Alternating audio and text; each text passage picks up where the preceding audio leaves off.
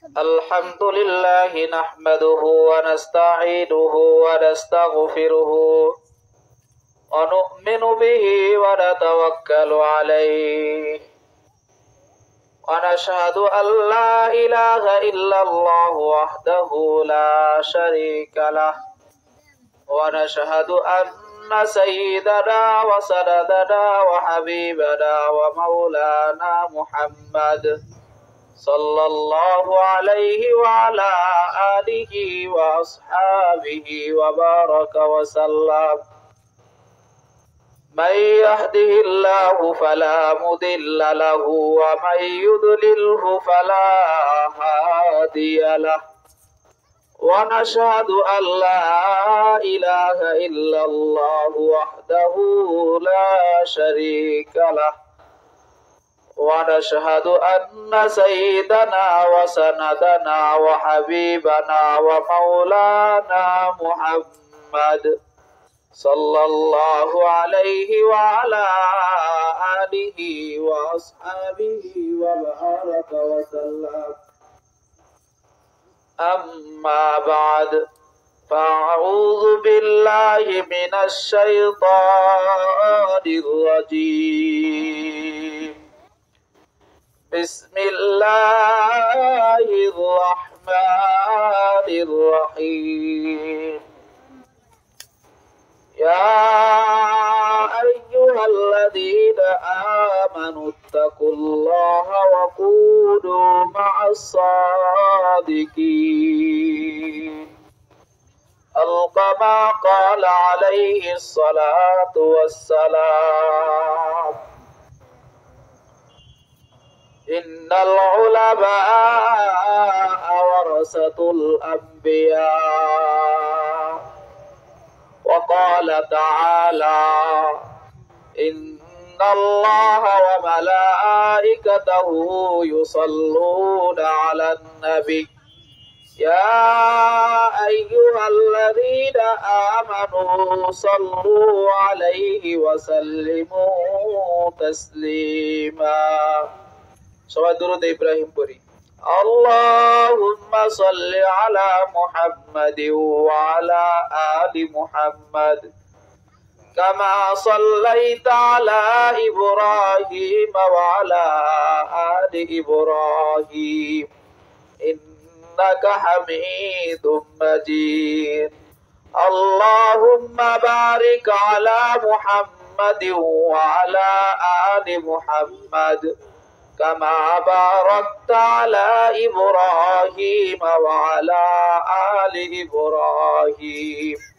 إنك حميد مجيد الحمد لمن قدر خيرا وقبالا الحمد لمن قدر خيرا وقبالا والشكر لمن صوره وحسن جمالا والشكر لمن صوره وحسن جمالا لا ضد ولا ند ولا حد لمولا لا ضد ولا ند ولا حد لمولا الآن كما كان ولم يلق زوالا الآن كما كان ولم يلق زوالا हम सब मुसाफिर है कब्र आकर ठिकाना हम सब मुसाफिर है कब्र आखिर ठिकाना कोई आगे रवाना है कोई पीछे रवाना कोई आगे रवाना है कोई पीछे रवाना बलगल उला बिकमालिही कशफत तुजा बिजमालिही हसनत जमीउ खुसालिही सल्लु अलैहि व आलिही सल्लिमु या कौम बल सल्लु अला सदरिल अमीन मुस्तफा मा जा इल्ला रहमतल लिल आलमीन লা ইলাহা ইল্লাল্লাহ লা ইলাহা ইল্লাল্লাহ লা ইলাহা ইল্লাল্লাহ লা ইলাহা ইল্লাল্লাহ লা মা'বুদা ইল্লাল্লাহ লা মা'শুকা ইল্লাল্লাহ লা ইলাহা ইল্লাল্লাহ লা ইলাহা ইল্লাল্লাহ লা ইলাহা ইল্লাল্লাহু মুহাম্মাদুর রাসূলুল্লাহ। আলহামদুলিল্লাহ, আল্লাহ পাকের দরবারে লাখো কোটি শুকরিয়া যে মহান রব্বুল আলামিন এই ফিতনা ফাসাদের জমানায় আল্লাহ তাআলা আপনাকে আমাকে আল্লাহর জান্নাতের বাগানে আসা এবং বসার জন্য কিছু কথা বলা এবং শোনার জন্য তৌফিক দিলেন। এই জন্য দিল থেকে শুকরিয়া আদায় করি আলহামদুলিল্লাহ। আল্লাহ পাকের কাছে লাখো কোটি শুকরিয়া যে মহান রব্বে কারীম আপনাকে আমাকে এই মহান মেহেদি জলসার ভিতরে আমাকে আপনাকে আসার এবং বসার জন্য কিছু কথা বলা এবং শুনবার জন্য তৌফিক দিয়েছেন। আল্লাহ তাআলা কুরআনের ভিতরে বলছেন, লা ইন শাকারতুম লা আযীদান্নাকুম ওয়া লা ইন কাফারতুম ইন্না আযাবি লাশাদীদ। যে ব্যক্তি নিয়ামত পেয়ে নিয়ামতের শুকরিয়া আদায় করবে আল্লাহ তাআলা তার নিয়ামতকে বাড়ায় দিবেন, আর যে ব্যক্তি নিয়ামত পেয়ে নিয়ামতের নাশুকরিয়া করবে আল্লাহ তাআলা তার নিয়ামতকে ছিনিয়ে নিবেন ও কঠিন আযাবে গ্রেফতার করবেন। আল্লাহ তাআলা আমাদেরকে যে সবচেয়ে বড় নিয়ামত দিবেন, আল্লাহ তাআলা দুনিয়ার মধ্যে যত মাখলুক আছেন সবচেয়ে বড় মাখলুক আশরাফুল মাখলুকাত, এই মাখলুকাতের সনদ আপনাকে আমাকে দান করছেন। সমস্ত মাখলুকের যার যার কাজ আছে, আশরাফুল মাখলুকাতের কাজও আছে। আশরাফুল মাখলুকাতকে দুনিয়াতে প্রেরণ করছে আল্লাহ তাআলা। সূরা আলে ইমরানের ভিতরে আল্লাহ তাআলা বলতেছেন, কুনতুম খায়রা উম্মাতিন উখরিজাত লিন-নাস তা'মুরুনা বিল মা'রুফ ওয়া তানহাউনা আনিল মুনকার ওয়া তু'মিনুনা বিল্লাহ। তোমাদেরকে বের করা হয়েছে মানুষের কল্যাণের জন্য এবং তোমরা মানুষকে সৎ কাজের দিকে দাওয়াত দিবে, আহ্বান করবে এবং অসৎ কাজ থেকে বিরত রাখবে, নিষেধ করবে। এই জন্য তোমাদেরকে মানুষের কাছে তোমাদেরকে বের করা হয়েছে।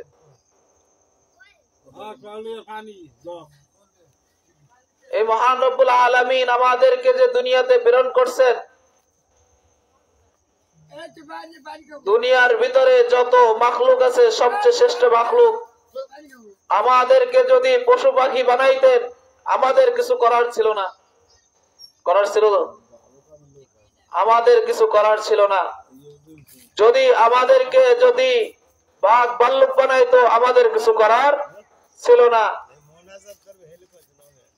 আপনাকে আমাকে দুনিয়াতে আল্লাহ তাআলা প্রেরণ করছেন আল্লাহ তাআলার হুকুম,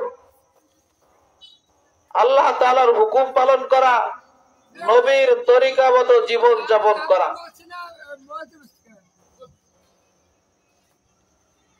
আল্লাহ তাআলা আপনাকে আমাকে এই মহতী মজমার ভিতরে যারা আসতে পারছি বসতে পারছি তারা আল্লাহ তাআলার কাছে দামি না যারা আসে নাই বসে নাই তারা আল্লাহ তাআলার কাছে দামি?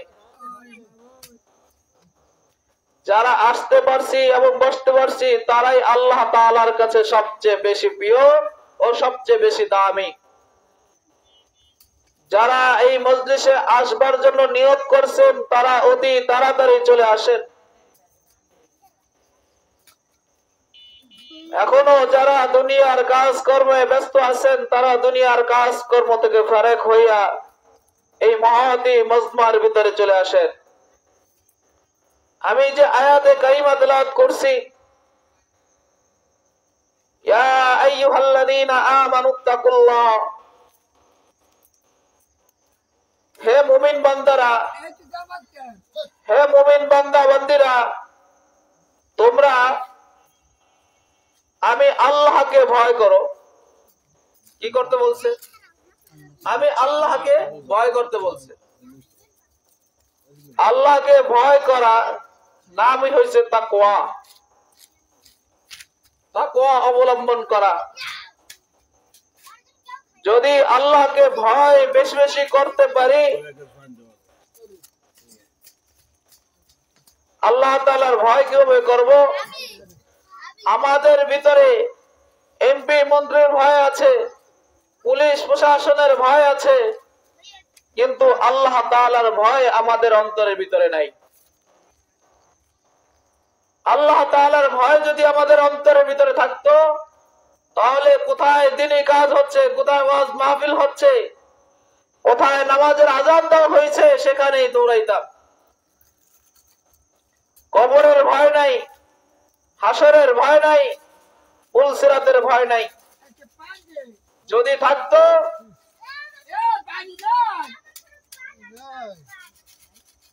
থাকতো তাহলে আমরা দ্বীনি মজমা মজলিসে আগে আগে চলে যাইতাম। যারা এই মজমার ভিতরে আসছে, আল্লাহ তাআলা তাদের প্রতি কদমে 10টি করে রহমত দিবেন। আল্লাহ তাআলা 10টি গুনাহ মাফ করে দিবেন এবং 10টি জান্নাতের দরজা বুলন্দ করে দিবেন। আবার কোন কোন রিওয়ায়ে আছে যে 700 গুণ নেকি আল্লাহ তাআলা দান করলেন, 700 গুনাহ আল্লাহ তাআলা মাফ করে দিবেন, 700 জান্নাতের দরজা বুলন্দ করে দিবেন। যে আল্লাহ তাআলার দিকে যদি এক কদম অগ্রসর হই, আল্লাহ তাআলা আমার দিকে 2 কদম অগ্রসর হয়। আল্লাহ তাআলার কাছে দিকে যদি 2 কদম অগ্রসর হই, আল্লাহ তাআলা আমার দিকে 3 কদম অগ্রসর হয়। আল্লাহ তাআলার কাছে যদি 700 যত কদম বাড়ায় চলবো, আল্লাহ তাআলা আমার দিকে দৌড়ায় আসবেন। আল্লাহ তাআলা দেওয়ার ভান্ডার নিয়ে বসে আছেন, কিন্তু আমরা নেওয়ার জন্য প্রস্তুত নই। আমরা যদি নেওয়ার জন্য প্রস্তুত হইতাম, তাহলে আজকে এই মজমায় জায়গা হইতো না, এই মজমায় জায়গা হইতো না।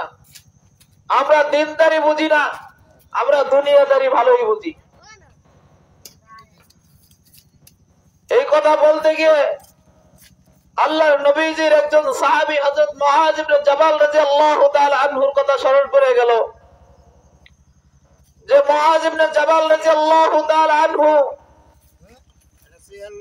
তার দুনিয়াতে যতদিন বেঁচে ছিলেন, ঈমান গ্রহণের পর থেকে তিনি যত নেক আমলের যত সংবাদ পাইতেন, সেখানে দৌড়ে যাইতেন। বাংলার জমিনে একজন আলোচিত বক্তা হযরত মাওলানা মুফতি আব্দুর রব ফরিদী সাহেব, ওনার এক আলোচনার মধ্যে একটা আলোচনা শুনলাম। উনি ওই মাদ্রাসার মাহফিলে গেছেন। মাহফিলের ভিতরে পাগড়ি বিতরণ হয় কি হয় না? হাফেজ ছাত্রদের পাগড়ি বিতরণ হয় না? ওই পাগড়ি বিতরণের ভিতরে একজনের নাম আসছে হাফেজ মুআজ।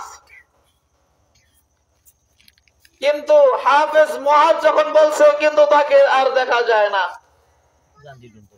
তাকে কি দেখা যায় না? সে মজলিসের ভিতরে নাই। সকলকে পাগড়ি দিছেন। তখন আব্দুর রব ফরিদী সাহেব হুজুর বলতেছে, মুহতামিম সাহেব, আপনি যে বললেন মুআজ, হাফেজ মুআজ, সে কই? আল্লাহর কসম, যেদিন এই ঘটনা শুনতেছিলাম, ওই দিন আমার চোখ বেয়ে বেয়ে পানি পড়তেছিল অনবরত। যে হযরত মুআজ, এই হাফেজ মুআজ, উনি দুনিয়ার ভিতরে নাই। আল্লাহ তাআলার ডাকে সাড়া দিয়ে অন্ধকার কবরে চলে গেছেন। কিন্তু ওই মুহতামিম সাহেব তার পাগড়িটা যত্ন সহকারে তার বাড়িতে পাঠায় দিয়েছেন। কেন পাঠাইছেন? মাহফিলের দিন জোহরের নামাজের পরে তার আম্মা, ওই মুআজের আম্মা একটা চিঠি লিখছেন। হুজুর সালাম কালাম দিয়ে বলতেছে, হুজুর আমার ছেলের পাগড়িটা আমাকে দিবেন। কোন কোন জায়গায় দেখা যায় ওই পাগড়িটা 7 হাত 12 হাত, 7 গজ 12 গজ এরকম কাপড়টা পাগড়ির, ওই পুরা কাপড়টা বলতেছে যে আমাকে দিবেন। আমার ছেলে তো জীবিত নাই, যদি ছেলে জীবিত থাকতো তাহলে সে তো পাগড়ি পরিধান করত। ওই ছেলে বাসায় যখন যাইতেন, একদিন বাসায় দেখতেছে যে টিভি চলে। কি চলে? টিভি চলে। তখন তার মাকে ডাকিয়ে বলতেছে, যদি এই টিভি যদি ঘরে থাকে আমি আর কোনোদিন মাদ্রাসা থেকে বাড়িতে আসবো না। এমন কি কোন ছেলে পাওয়া যাবে বর্তমান জমানায়? উনিও তো এই বর্তমান জমানার ছেলে। যখন এই কথা বলছে, তার মা কি করছে? ওই টিভিটা ভেঙে ফেলাইছে। ওই টিভিটা ভেঙে ফেলাইছে। এরপরে যখন ছুটি হয়, উনি মাদ্রাসা থেকে বাড়িতে খুব কম আসেন। এমন অবস্থায় ওই ছেলের টাইফয়েড জ্বর হয়েছে। কি হয়েছে? টাইফয়েড জ্বর হয়েছে। টাইফয়েড জ্বর হয়েছে। হুজুর ডাক্তার দেখাইছে হাসপাতালে নিয়ে। তখন বলতেছে, বাবা মুআজ তুমি এখন বাড়িতে যাও, তোমার মায়ের সাথে থাকো। বলতেছে, হুজুর না, যদি আমি বাড়িতে যাই তাহলে তাকবীর উলা মিস হবে, আমি এটা সহ্য করতে পারবো না। যেই ব্যক্তি বিছানা থেকে উঠতে পারে না, বয়স তার হইল 10 থেকে 12 বছর। কয় বছর? 10 থেকে 12 বছরের ছেলে তাকবীরের জন্য সে ওই বিছানা থেকে উঠতে পারে না জ্বরের কারণে, সে মৃত্যুর আগ পর্যন্ত তাকবীরের সাথে নামাজ আদায় করছে। তাই মুআজ রাদিয়াল্লাহু তাআলা আনহু উনি দিনের কাজের জন্য এত অগ্রসর হইতেন, যার প্রমাণ নামে নামে অনেকে বলে যে নামে নামে জমে টানে। কাল কিয়ামতের ময়দানে, হাসরের ময়দানে আমাদেরকেও ডাক দেওয়া হবে। যখন ডাকবে আবু বকর, সমস্ত দুনিয়া যত আবু বকর ছিল সমস্ত আবু বকর ডাকে সাড়া দিয়ে দৌড়াবে। যখন বলবে ওমর, তখন সমস্ত ওমর যারা ছিল, সমস্ত ওমর যারা ছিল তারাই দৌড়াবে। যখন ডাক দিবে মুআজ, তখন এই বাচ্চাটা কি দৌড় দিবে কি দিবে না? এই বাচ্চাটাও তো দৌড় দিবে। মুআজ ইবনে জাবাল রাদিয়াল্লাহু তাআলা আনহুর যেই সিফাত ছিল, যেই সূরত ছিল, এই মুআজ, হাফেজ মুআজের সেই সূরত ছিল যে এই এক ওয়াক্ত নামাজ কাজা যাবে সেটা না, এক ওয়াক্ত তাকবীরুল্লাহ ফৌত হয়ে যাবে, ছুটে যাবে। এই কারণে সে বাসায় যাইতে রাজি না। মৃত্যুর আগ পর্যন্ত সে তাকবীরুল্লাহ মিস করে নাই। কিন্তু আপনি আমি তাকবীরুল্লাহ কি জিনিস সেটাই এখন পর্যন্ত বুঝতাম না। 40 বছর 50 বছর চরমনায় যাই, 40 বছর 50 বছর তাবলীগে যাই, তো 40 বছর 50 বছর শর্ষিনা যাই, হক্কানি দরবারে যাই, কিন্তু নামাজ এখন পর্যন্ত সঠিকভাবে পড়তে পারলাম না। আফসোস, আমি সারা জীবন যদি চরমনায় যাই, সারা জীবন যদি তাবলীগে যাই,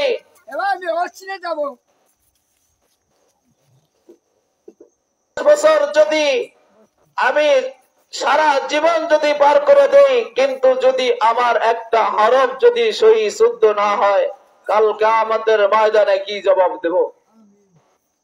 জবাব দেওয়ার কোন রাস্তা আছে?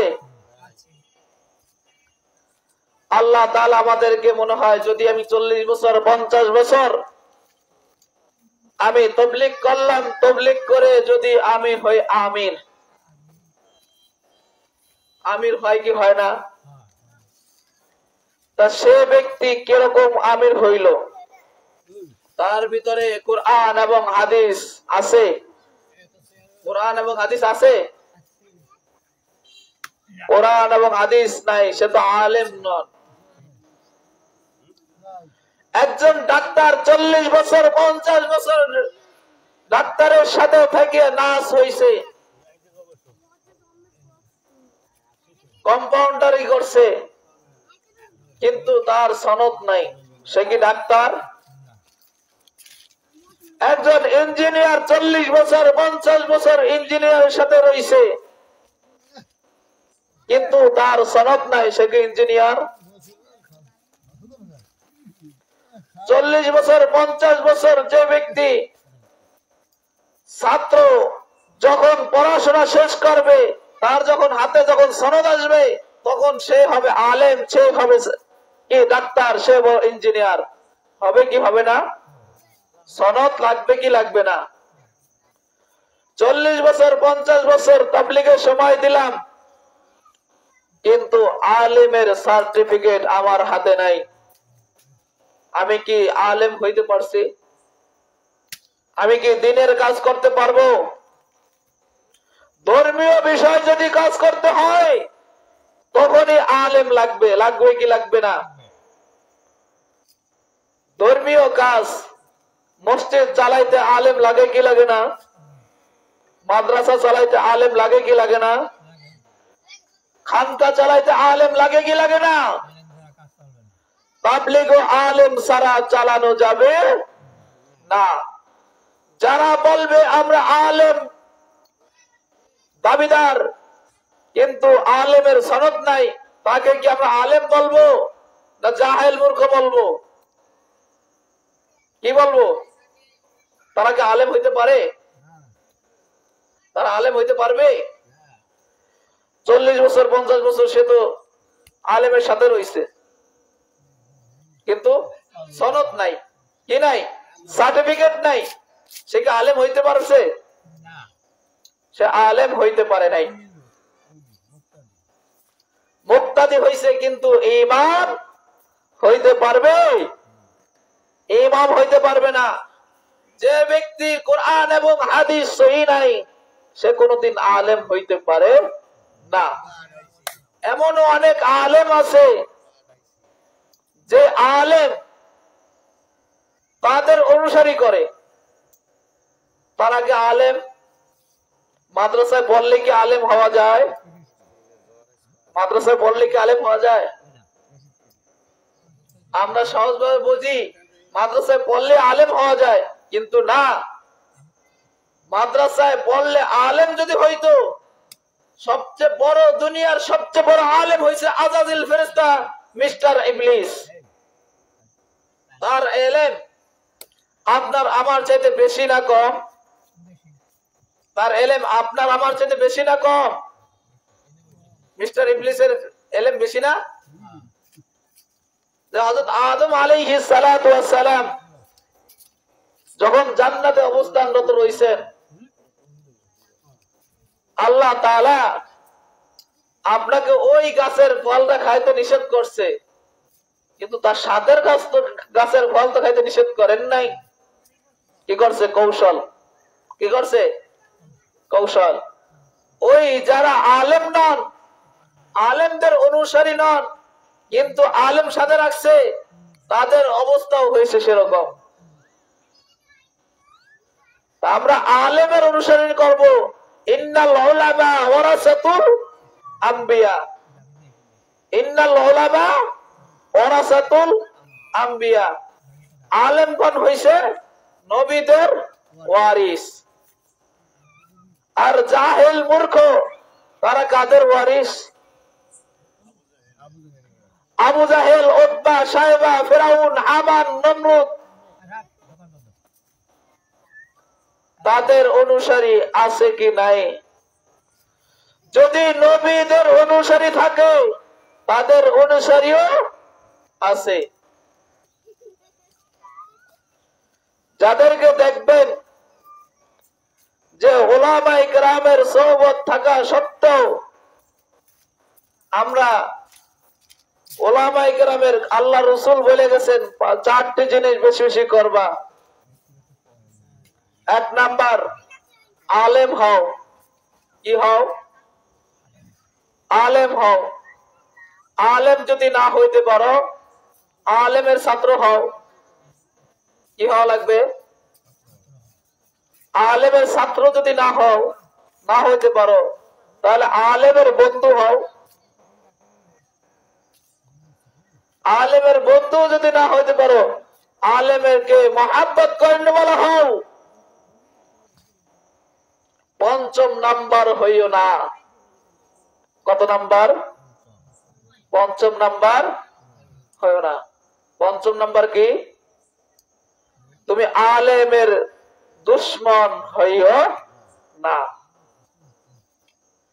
তুমি যদি আলেম হইতে পারো, এই চারটা জিনিস কি আলেমের সাথে সম্পৃক্ত কিনা? আলেমের সাথে সম্পৃক্ত না।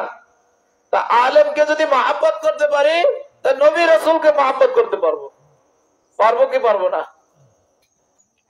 তা আলেমদেরকে বেশি বেশি মহাব্বত করতে হবে।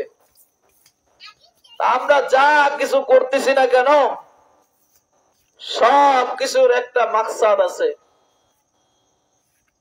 আছে কি নাই? আলেমের গুরুত্ব যেখানে আছে, সেখানে আমরা আছি। আলেমের গুরুত্ব যেখানে নাই, আমরা সেখানে নাই।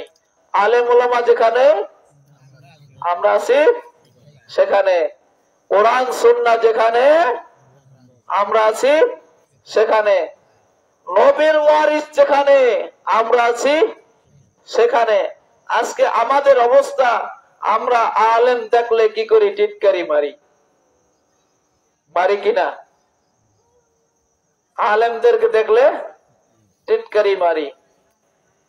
গত কয়েকদিন আগে আমাদের এই অঞ্চলে হাসান জামিল সাহেব হুজুর আসছিলেন, কি আসেন নাই?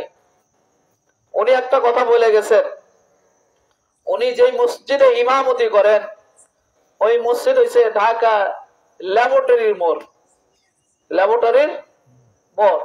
ওই মোড় থেকে, তার মসজিদ থেকে, তার মসজিদে যাইতে হলে দক্ষিণ থেকে উত্তর দিকে অথবা উত্তর থেকে দক্ষিণ দিকে যাইতে হয়।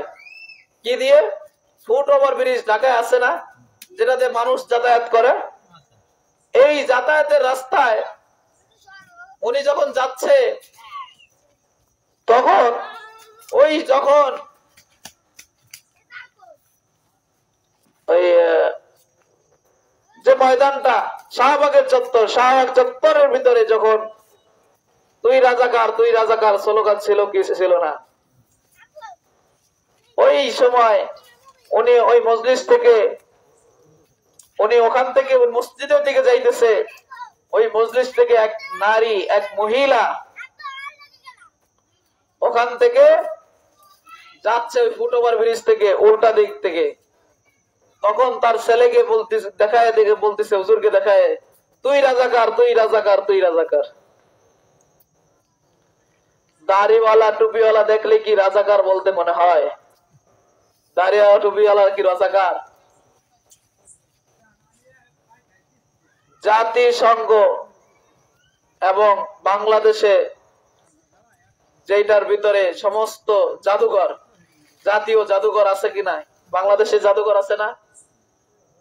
ওই জাদুঘরের ভিতরে দেখা গেছে রাজাকারের যে প্রতিচ্ছবি রয়েছে, যে মূর্তি রয়েছে, তাদের ভিতরে কোনো দাড়ি টুপি লম্বা জামা নাই। তাহলে রাজাকার কি হুজুররা? রাজাকার কি হুজুররা? রাজাকার হুজুররা না। যে বাংলার জমিন থেকে অনেক কিছু, অনেকেই বলছে তুই রাজাকার তুই রাজাকার। তা আমরা জালেমের জুলুম থেকে আল্লাহ তাআলা আমাদেরকে হেফাজত করুক। আমরা জালেমের জুলুম থেকে আল্লাহ তাআলা আমাদেরকে হেফাজত করুক। দীর্ঘ 16 থেকে 17 বছর আমরা, আপনি, আমি জালেমের জুলুমের ভিতরে ছিলাম কি ছিলাম না? জালেমের জুলুম, স্বৈরাচারের ভিতরে ছিলাম কি ছিলাম না? জোর গলায় কথা বলা যাইতো না। এখন এই পর্যায়ে এশিয়াও বর্তমান জমানায় দ্বিতীয়বার স্বাধীন করার পরেও কেউ কেউ বলে চতুর্থবার আমরা বাংলার জমিন স্বাধীন করেছি। কতবার? চতুর্থবার স্বৈরাচার পতন করেছি। এই চতুর্থবার স্বাধীন করার পরও স্বৈরাচার নির্মূল করতে আমরা ব্যর্থ। তাদের কি ছিল? সাম্য, মানবিক, ন্যায়, বিচার, মর্যাদা প্রতিষ্ঠা করা। কিন্তু আমরা আজও কি সেই সাম্য, মানবিক, ন্যায়, মর্যাদা প্রতিষ্ঠা করতে পারছি কি পারি নাই? পারছি? ন্যায় বিচার পাচ্ছি? এই পর্যায়ে আমাদের বাংলার, আমাদের বরিশাল বিভাগের একজন আলেম দ্বীন হযরত মাওলানা হাফিজুর রহমান সিদ্দিকী কুয়াকাটা হুজুরের ছোট ভাইকে টোকেন দিছে, হুজুর রাজনীতি আলোচনা করবেন না। কি আলোচনা করবেন না? রাজনীতির আলোচনা করবেন না। মাহফিলের ভিতরে বাধা দিছে।